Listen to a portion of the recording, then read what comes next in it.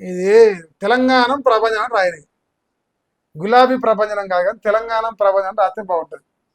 మాకు కేసీఆరే కావాలంటాడు, బీఆర్ఎస్ తోనే అభివృద్ధి సంక్షేమం అంటాడు. కాంగ్రెస్ మమ్మల్ని మోసం చేసింది. హెచ్ఎంఆర్ పబ్లిక్ పల్స్ సంచలన సర్వే అట. రాష్ట్ర వ్యాప్తంగా 1,19,590 శాంపిల్స్ తీసుకున్నాడు. ఇప్పటికిప్పుడు ఎన్నికలు వస్తే కారుదే హవాట. బీఆర్ఎస్ 70 స్థానాలతో విజయకేతం ఎగరేసట. 36 స్థానాలకే పరిమితంగా ఉన్న కాంగ్రెస్ అంట 8 నుంచి 5 స్థానాలకు పడిపోనున్న బీజేపీ అట. 5 మంత్రులు గెలిచేది కూడా కష్టమే అంట. ఎంఐఎం 8 గెలిస్తాడ. ప్రభావం చూపని కొత్త పార్టీలు సిద్ధపండు గాడు మా కవితక్కంట. తర్వాత కవిత పార్టీ పెట్టింది స్వార్థం కోసమేనట.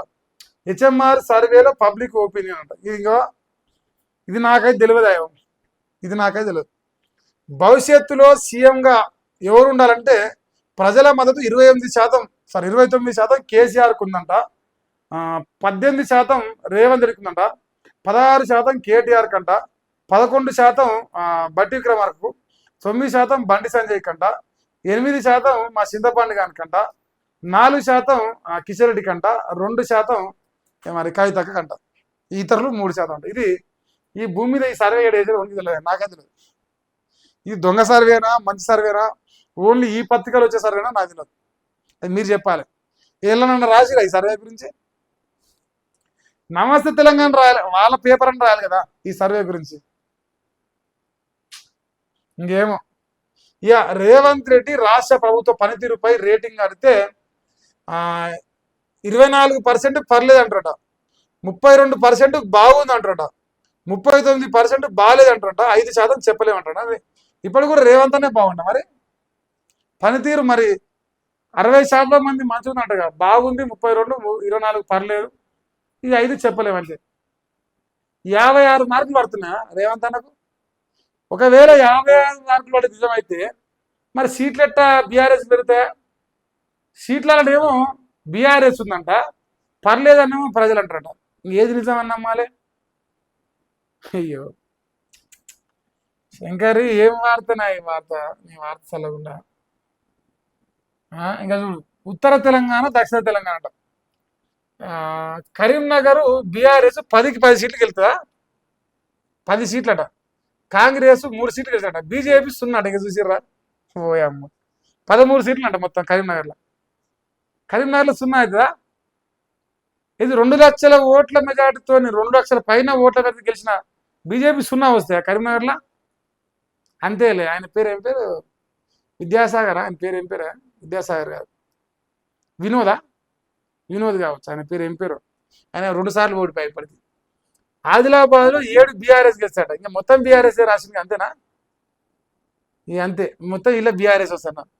నల్గొండలంట మరి బీఆర్ఎస్ 5 గెలుస్తాట. ఇది నాకైతే నమ్మకం లేదు.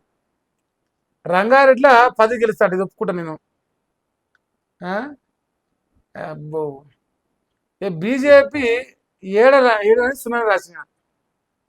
ఆదిలాబాద్లో మాత్రం 2 వేసిండు, నిజామాబాద్లో 3 వేసిండు, అంతే. ఇక మిగతా అంతా 0 అట. కరెక్ట్ సర్వేనే రాసినట్టు, ఇది సూపర్ సర్వే. ఇది అంతా బీఆర్ఎస్ భజన సర్వే లెక్కున్నది. ఇది అంతేనా? బీఆర్ఎస్ భజన సర్వే లెక్క అనిపిస్తాను. అది నిజమా కాదు తెలియదు. ఆయన అయితే రాసిండు, ఆయన రాసుకుండు. మరి కాంగ్రెస్ 2.5 సంవత్సరాల పరిపాలన బాలేక రాసినంట. ఇక మాకు అక్రమ అరెస్టులు కేసులు కొత్త కాదు, సింగరేణిలో స్కామ్ జరగకపోతే ఉప ఎన్నికలు రావాలట, కాంగ్రెస్ ఎమ్మెల్యేలు వెంటనే రాజీనామా చేయట, కోల్ బెల్ట్ ఏరియాలో కాంగ్రెస్ కు కార్మికులు బుద్ధి చెప్తారని మాజీ ఎమ్మెల్యే బాలకృష్ణ నిన్న ఆయన జైలుకి వెళ్ళి బయటకు వచ్చిందా? చిన్న ఎత్తలేరు, మన్నబోయాక మళ్ళీ వచ్చిన అంటే కోర్టు నుంచి బయటకు వచ్చిందా? ఒకటే ఆయన లేపుతున్నారు. నిన్న ప్రభుత్వంపై హైకోర్టు సీరియస్ అయిందంట. ఫీజు రియంబర్స్మెంట్, త్యాగానికి ప్రతీక మొహరం, తెలంగాణ గంగా జమున సంస్కృతికి అద్దం పట్టే పీరీల పండుగట, మైనార్టీల సంక్షేమం కోసం బీఆర్ఎస్ నిరంతరం కట్టుబడి ఉంటుంది. ఇది బీఆర్ఎస్. ఏం సాధించామని సువర్ణ అధ్యాయం, తుంగభద్ర డ్యాం గేట్లు మార్చితే సంబురాల, కృష్ణా జిల్లాల్లో తెలంగాణ న్యాయమైన వాటాపై సమాధానం చెప్పాలి, ఆర్డీఎస్ సమస్యలపై ఏపీ కర్ణాటకల నుంచి హామీ సాధించారా, సిస్టమ్ లాసెస్ వాదనను ఎందుకు అంగీకరించారు, కొత్తపేటలో తెలంగాణ నీటి హక్కులకు తీవ్ర గండి, హక్కులను గాలికి వదిలేసి ప్రచారం పేరిట డ్రామాలు ఇస్తుంది. ఆయన హక్కుల గురించి తెలియదు, దంబాచారం అంటే మస్తు చెప్పగలుగుతాడు. రేవంత్ రెడ్డి దాంట్లో తోపేనా. కానీ ఎంత చెత్త పని కూడా అంత బ్రహ్మాండంగా దాన్ని ప్రజల ముందర ప్రజెంట్ చేయడంలో రేవంత్ రెడ్డి తోపు. ఎంత చెత్త పని కానీ ప్రజల ముందు మాత్రం గొప్పగా చెప్పగలుగుతాడు. ఫీజులపై సర్కారుకు ఎదురుదెబ్బపడ్డాట.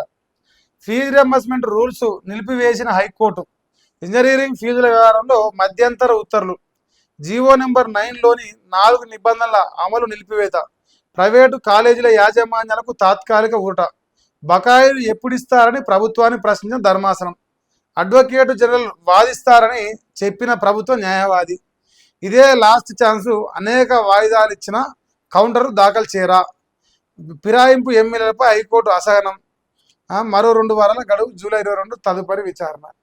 ఇగో ఈ ఫీజు బకాయిలు కానీ లేదంటే ఈ ఫిరాయింపు ఎమ్మెల్యేలు కానీ, ఇదిగా సినిమా సీరియల్ ఉంటుంది చూసినావు, జెమినీల మా టీవీలో సీరియల్ వస్తాయి చూసినా, రోజు అర్ధగంట సేపు ఎఫెక్ట్లెస్ ట్రాన్సిషన్ మార్చుకుంటా జబ్ జబ్ జబ్ అనుకుంటా ఒకటే ఫోటో 4 సార్లు వేస్తారు చూసినా. సో అట్లా ఇది కూడా సీరియల్ లెక్క నడుస్తుంది పంచాయతీ. ఆ రియంబర్స్మెంట్ బకాయిలు ఇచ్చేది లేదు, ఈ పైన వేటు పడేది కూడా ఇప్పుడంతా అవుపిస్తలేదు. సినిమా మాత్రం నడుస్తూనే ఉంది, 2 ఏళ్ళు అవుతుంది ఇప్పటికి. అదొకటి. తర్వాత రియాలిటీపై RR ట్యాక్స్ అట. ఆర్ అంటే రేవంత్, ఆర్ అంటే రాహుల్ అట. రాహుల్ రేవంత్ పేరుతో ప్రత్యేక వసూలు చేస్తుట. కొనుగోలు కేంద్రాల్లో కరువైన గన్నీ సంచులంట ఢిల్లీకి మూటలు పంపేందుకైతే అందుబాటులో ఉంటున్నాయంట. నాడు బీఆర్ఎస్ హయాంలో రియల్ భూమ్ అట. కాంగ్రెస్ సర్కారు వచ్చి రాగానే రియల్ డమారట. ధర్మయుద్ధంలో గెలిచే పరిస్థితి అవకాశం లేకే ఓట్ల తొలగింపుకు కాంగ్రెస్ బీజేపీ కుట్రలు చేస్తుంట. బీఆర్ఎస్ వర్కింగ్ ప్రెసిడెంట్ కేటీఆర్ ధ్వజం చెవెళ్ల సభలో మరి ఆ సర్ పైన వాళ్ళతోని కార్యక్రమం ఏర్పాటు చేసుకున్నారు. సో ఆయన రియల్ ఎస్టేట్లో RR ట్యాక్స్ అట, అది ఎప్పటి నుంచో ఉంది. 25 రూపాయల నుంచి మొదలైంది, ఇప్పుడు 200 రూపాయలు 300 రూపాయలు దాకా ఉన్నాయి ఒక SFTకి. దండి వసూలు చేస్తారు, అందరు తెలిసిందే. ఇక ప్రభుత్వ ఆదాయం పెంచితేనే PRC అట. రోజుకు గంట అదనంగా పనిచేయండి. మీరు ఆల్రెడీ చెప్పింది కానీ అన్ని పేపర్ రాస్తురా. నమస్తే తెలంగాణ కూడా రాసింది చూసిరా.